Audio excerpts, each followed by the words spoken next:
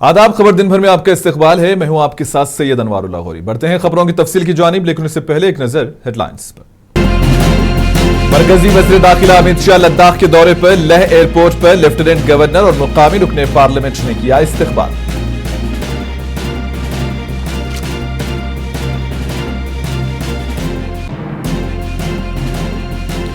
मरकजी वज़ीर सेहत जेपी नड्डा ने किया चंडीगढ़ का दौरा। Medical education and research centre convocation में की शिरकत।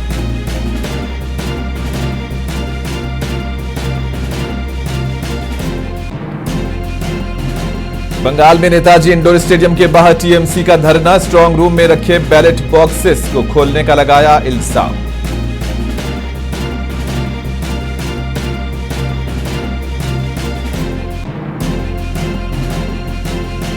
रांची का रिम्स इलाकाई मरकज बराए चश्म आंखों के इलाज का नया मरकज, मरीजों के लिए बना उम्मीद की किरण।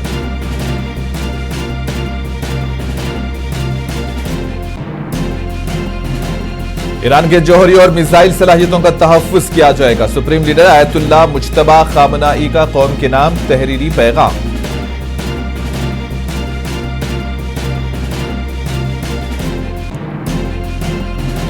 नेपाल के दारुल हुकूमत काठमांडू में गैर कानूनी तामीरात को किया गया मिसमार। दरियाए किनारे तजावुजात के खिलाफ कार्रवाई तेज, मुकामी अवाम का एहतजाज।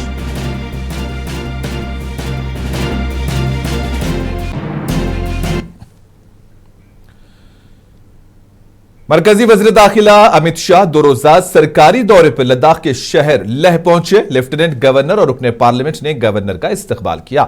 इत्तलाआत के मुताबिक दौरे के दौरान वज़ीर दाखिला मुख्तलिफ अहम उमूर पर हुकाम से मुलाकात करेंगे और खित्ते की सूरत हाल का जायजा लेंगे। इस मौके पर सिक्योरिटी के सख्त इंतजाम किए गए थे, जबकि आला सरकारी अफसरान भी मौजूद थे।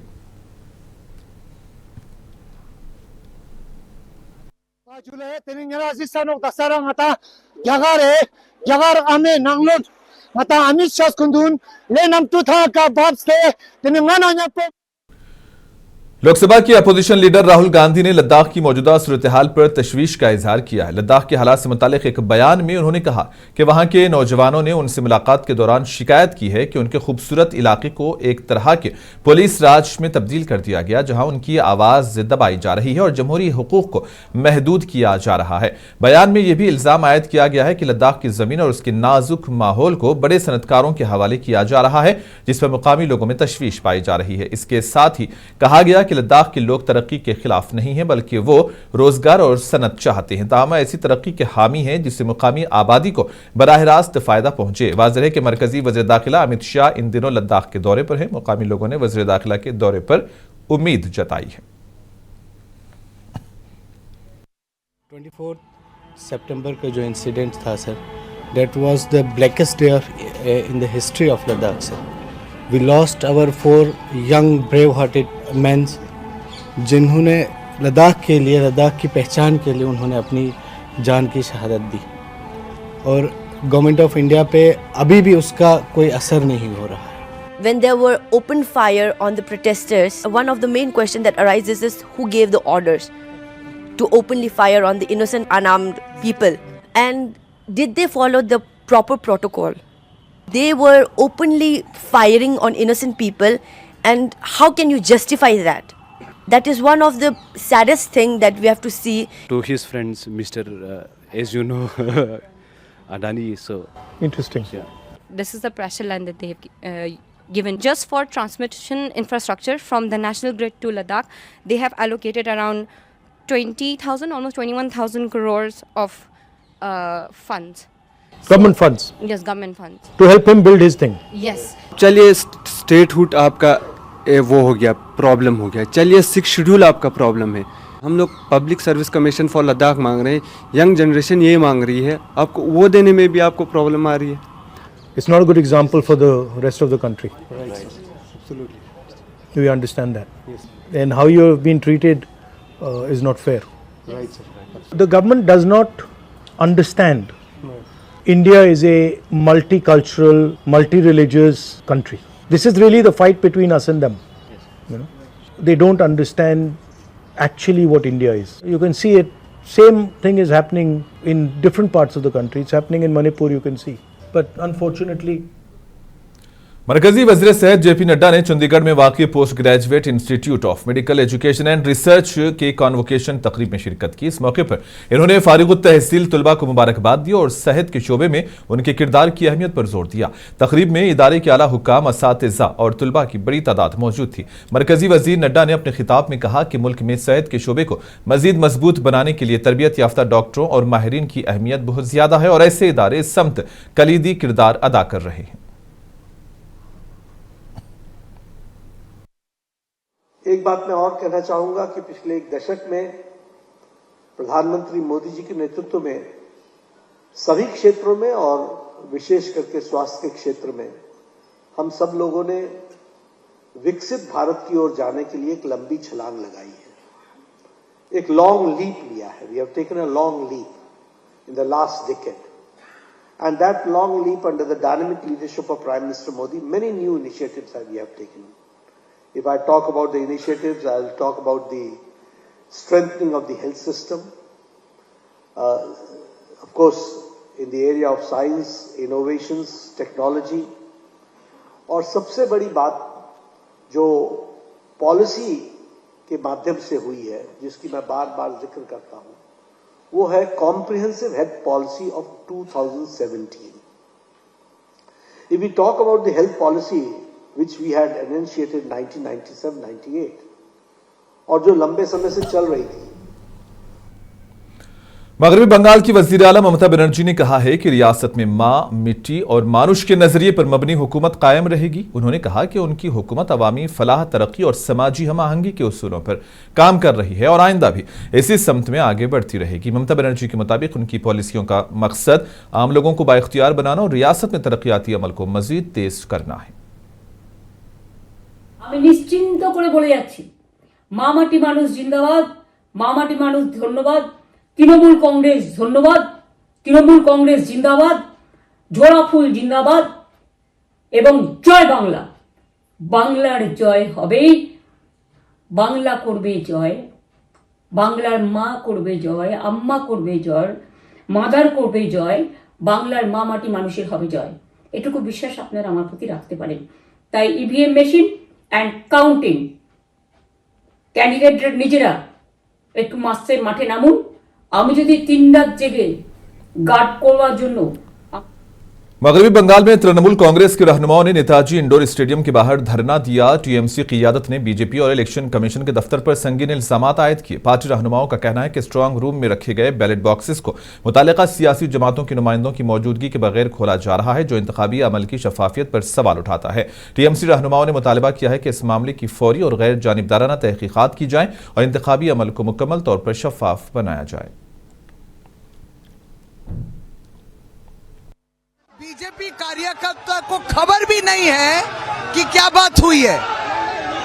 मुश्किल यह है कि इलेक्शन प्रोसेस समझ नहीं आता, सिर्फ गुंडामी, बदमाशी, चिल्ला चिल्ली, ये में माहिर है।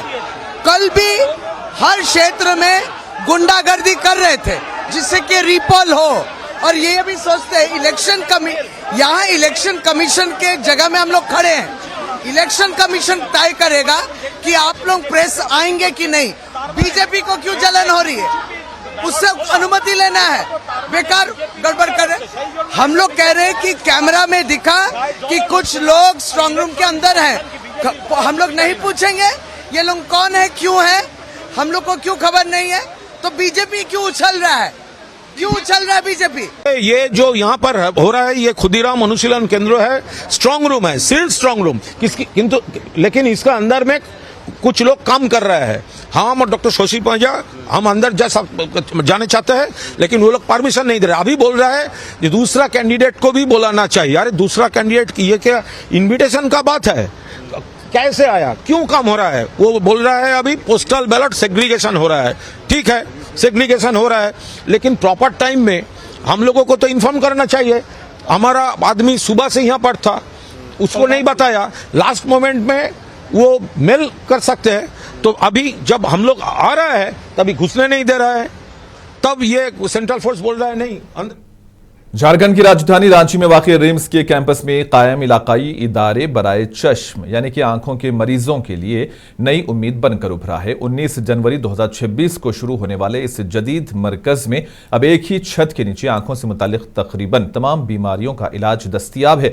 इदारे के सरबराह डॉक्टर सुनील कुमार के मुताबिक RIO के क़याम के बाद आई केयर, डायग्नोसिस और इलाज के तमाम जदीद शोबे जैसे कार्निया, रेटिना और ग्लूकोमा की खुसूसी सहूलियात फराहम की जा रही हैं। और उन्होंने बताया कि इंडोर सर्विसेज भी शुरू हो चुकी हैं और 4 ऑपरेशन थिएटर्स में सर्जरी का अमल जारी है।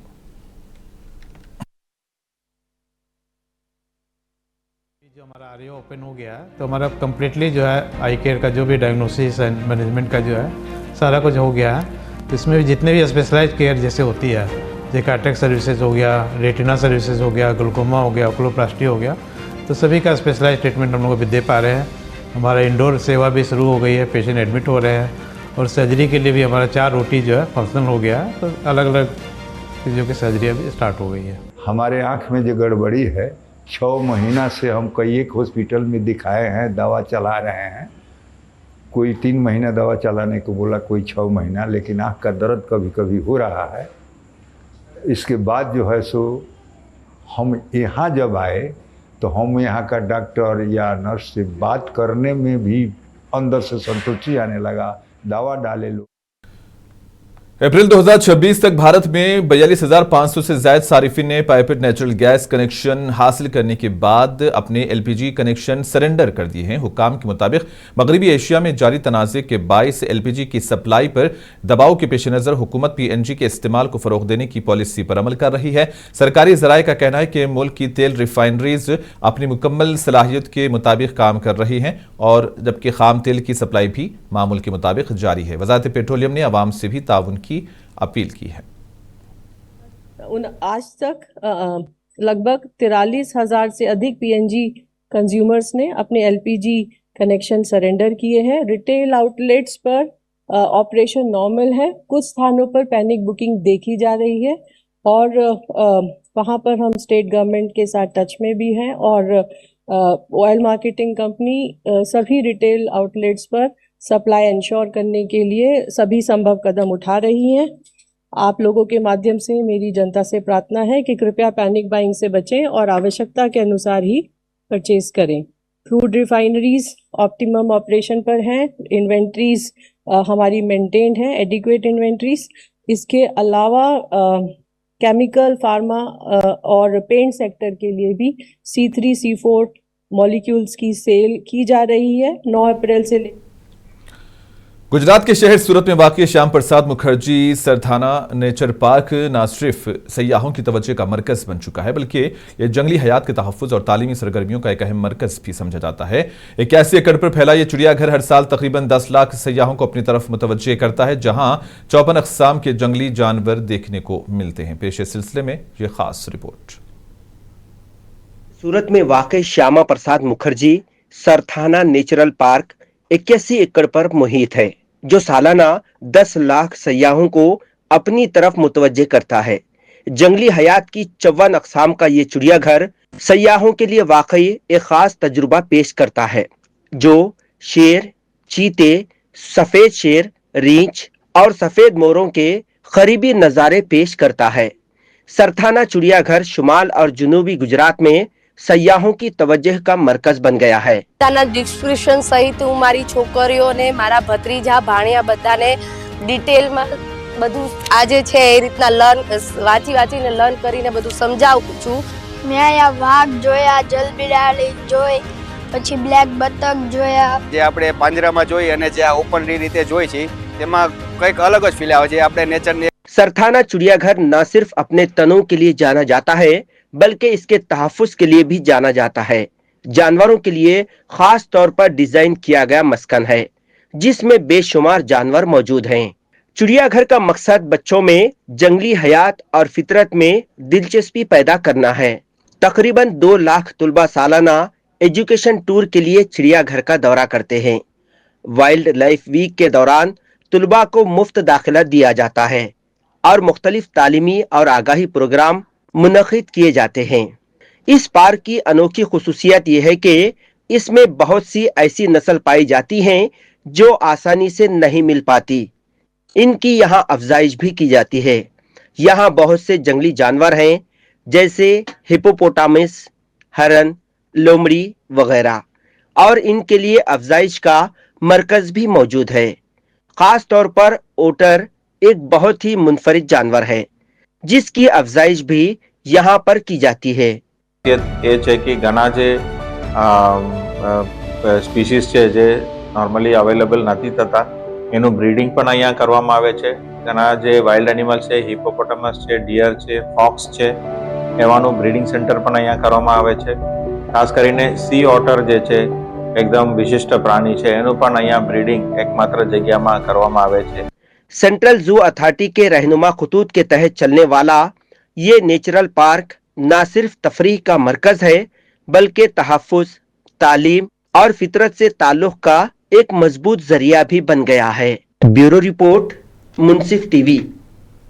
मध्य प्रदेश के जिले जबलपुर में वाक़ मारूफ सियाहती मुकाम बारगी डैम पर एक अफसोसनाक हादसा पेश आया है, जहां नर्मदा नदी के बैक वाटर में सयाहों से भरा क्रूज अचानक डूब गया।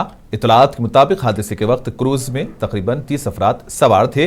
तेज हवाओं के बायस किश्ती बेकाबू होकर डूब गई। हादसे में अब तक 4 अफराद की लाशें निकाली जा चुकी हैं, जबकि मुतअद्दिद अफराद अब भी लापता हैं।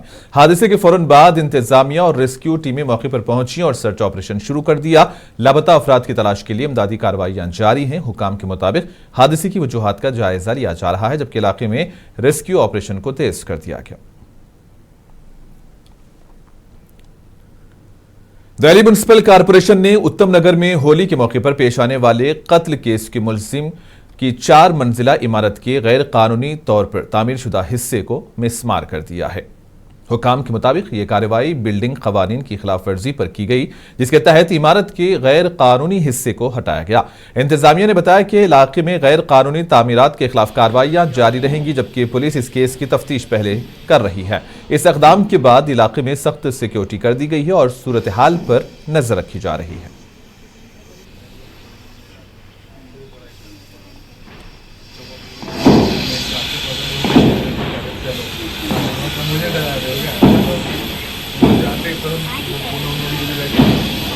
क्या हो गया?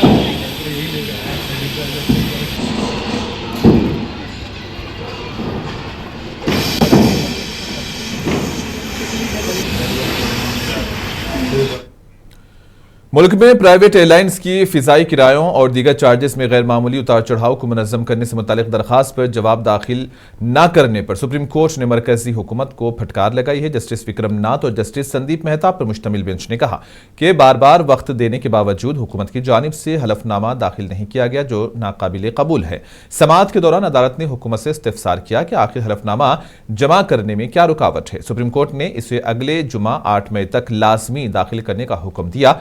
अदालत ने इस मामले की अगली समाअत 11 मई मुकर्रर की है।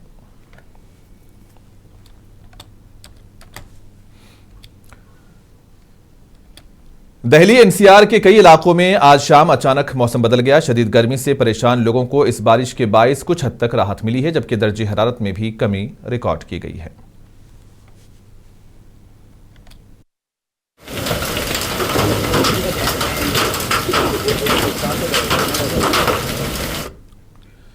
स्टॉक मार्केट में मंदी का रुझान देखा गया, जहां सेंसेक्स और निफ्टी तकरीबन 1% की कमी के साथ बंद हुए। मार्केट पर आलमी मंडी में खाम तेल की कीमतों में उतार चढ़ाव, कमजोर आलमी इशारों और गैर मुल्की सरमायाकारों के मुसलसल इखराज का दबाव रहा। बॉम्बे स्टॉक एक्सचेंज का 30 हिस्स वाला सेंसेक्स 583 पॉइंट्स की कमी के साथ 76,913 पर बंद हुआ, जबकि नेशनल स्टॉक एक्सचेंज का निफ्टी 180 पॉइंट से गिरकर 23,997 पर आ गया। माहिरीन के मुताबिक सरमायाकारों में गैर यकीनी सूरत हाल बढ़ रही है, जिसकी एक बड़ी वजह आइंदा सियासी नताइज और आलमी इक्तिसादी हालात हैं। Largely indicating increased uncertainty amongst the investors. Now, what is this reason for the increased uncertainty? One point is that there is Bengal elections scheduled to be declared on Monday, and markets are waiting for clarity on what happens in Bengal, because that will have an implication on the 2029 Lok Sabha elections. As far as sectors are concerned, Iran के supreme leader ने कहा है कि इस्लामी जमहूरिया अपनी जौहरी और missile सलाहियतों को कौमी असासा समझते हुए उनका हर सूरत तहफ़्फ़ुज़ करेगी। आयतुल्लाह मुज्तबा ख़ामनाई ने अपने तहरीरी पैगाम में कहा कि ईरान के 90 मिलियन बावकार और गयूर अवाम, चाहे वो मुल्क के अंदर हों या बाहर, ईरान की तमाम शनाख्ती, रूहानी, इंसानी, साइंसी, सनती और तकनीकी सलाहियतों, जिनमें नैनो टेक्नोलॉजी, बायोटेक्नोलॉजी से लेकर जौहरी और मिसाइल सलाहियतें शामिल हैं, को कौमी असासा समझते हैं और उनका उसी तरह दिफा करेंगे जिस तरह वो अपनी सरजमीन और फिजाई हुदूद का तहफ़्फ़ुज़ करते हैं। ख़ामनाई का ये बयान ईरानी सरकारी टेलीविजन पर पढ़कर सुनाया गया।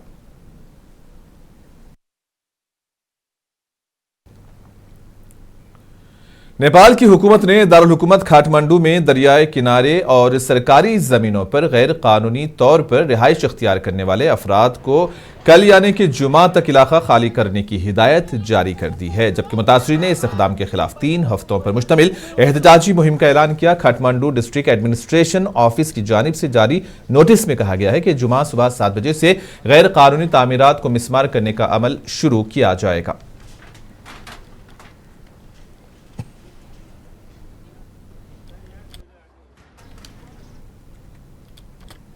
नेपाल एयरलाइंस ने नेटवर्क मैप में जम्मू कश्मीर को पाकिस्तान का हिस्सा दिखाने पर माजरत कर ली है। एयरलाइंस ने अपने बयान में कहा है कि नक्शे में बैनुल अक़वामी सरहदों से मुताल्लिक़ संगीन गलतियां मौजूद थी, जो ना तो नेपाल की सरकारी पॉलिसी की अक्कासी करती है और ना ही कंपनी के मौक़िफ़ की। तर्जुमान के मुताबिक अवामी रद्दअमल के बाद फौरी तौर पर हज़फ कर दिया गया। एयरलाइंस ने मज़ीद कहा कि मामले की अंदरूनी सतह पर जाँच शुरू कर दी गई है ताकि मुस्तक़बिल में इस तरह की गलतियों से बचा जा सके।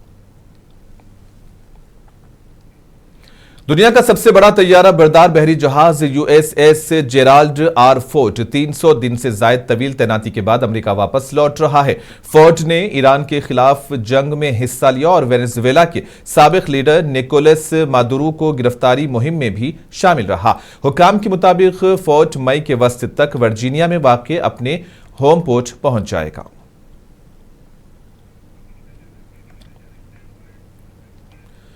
मशरिक़ वस्ता में जारी कशीदगी के दौरान अमरीकी आर्म्ड सर्विसेज कमेटी का इजलास मुनक्किद हुआ, जिसमें जंग के पस मंजर में दिफाई बजट पर धमाका खैज मुबाहिस हुए और हुकूमत को सख्त सवालात की बौछार का सामना करना पड़ा। डेमोक्रेट्स पार्टी ने सदर डोनाल्ड ट्रंप इस ओहदे के लिए ज़हनी तौर पर मौजू हैं या नहीं, इस पर भी सवाल उठाए। पेश इस सिलसिले में ये रिपोर्ट आप देखिए और हमें दें इजाजत। आदाब। आईवान नुमाइंदगान की आर्म सर्विसेज कमेटी के इजलास में अमरीकी वजीर दिफा पेट हेग्सेथ को डेमोक्रेट अरकान की जानिब से कड़ी तनकीद का सामना करना पड़ा। 6 घंटे तवील समात में ईरान जंग, सीनियर फौजी अफसरान की बरतरफियों और दिफाई पॉलिसी पर तुंदो तेज जुमलों का तबादला हुआ। ये इजलास हाउस आर्म्ड सर्विसेज कमेटी में ट्रंप इंतजामिया की $1.5 ट्रिलियन के दिफाई बजट पर गौर करने के लिए बुलाया गया था, ताहम बहस जल्द ही सियासी तलखी में बदल गई। डेमोक्रेट अरकान ने ईरान जंग की लागत पर सवाल उठाते हुए कहा कि $25 अरब का तखमीना हकीकत से कम है। उन्होंने वजीर दिफा की सलाहियत पर भी सवाल उठाए और यहाँ तक पूछा कि क्या सदर डोनाल्ड ट्रंप इस ओहदे के लिए ज़हनी तौर पर मौजू हैं। इसके जवाब में वजीर दिफा हेग्सेथ ने सदर ट्रंप को हालिया दहाइयों की सबसे बासलाहियत कमांडर इन चीफ करार दिया, जिनकी क़यादत में 30,000 शहरियों ने अमरीकी फौज ज्वाइन की। उन्होंने डेमोक्रेट्स पर सियासी मकासद के लिए समालात उठाने का इल्जाम लगाया। When I said reckless, feckless, and defeatist of congressional Democrats at the beginning, that came after watching you say the same thing on CNN this morning, a quagmire. My generation served in a quagmire in Iraq and Afghanistan, years and years of nebulous missions and utopian nation building that led us to nothing. Opposition ने फौज में आला उहदेदारों की बरतरफी पर भी सवाल उठाए, जिस पर हेग्सेथ ने इसका दिफा करते हुए कहा कि नई क़यादत को मौका देने और मुल्क की जंगी सलाहियत बेहतर बनाने के लिए ये इकदाम जरूरी था। डेमोक्रेट रुकन जेसन क्रू ने पेंटागन के मुशीर टिम पार्लाटोरे की मुमकिना मफादात के टकराव पर बार बार सवालात किए, जिस पर हेग्सेथ ने इसे सियासी ड्रामा और वक्त का ज़िया करार दिया। वाज़ेह रहे कि ईरान जंग के आगाज के बाद पहली मर्तबा वजीर दिफा ने हेग्सेथ कांग्रेस के सामने पेश हुए और अपने फैसलों का दिफा किया। ब्यूरो रिपोर्ट, मुनसिफ टीवी।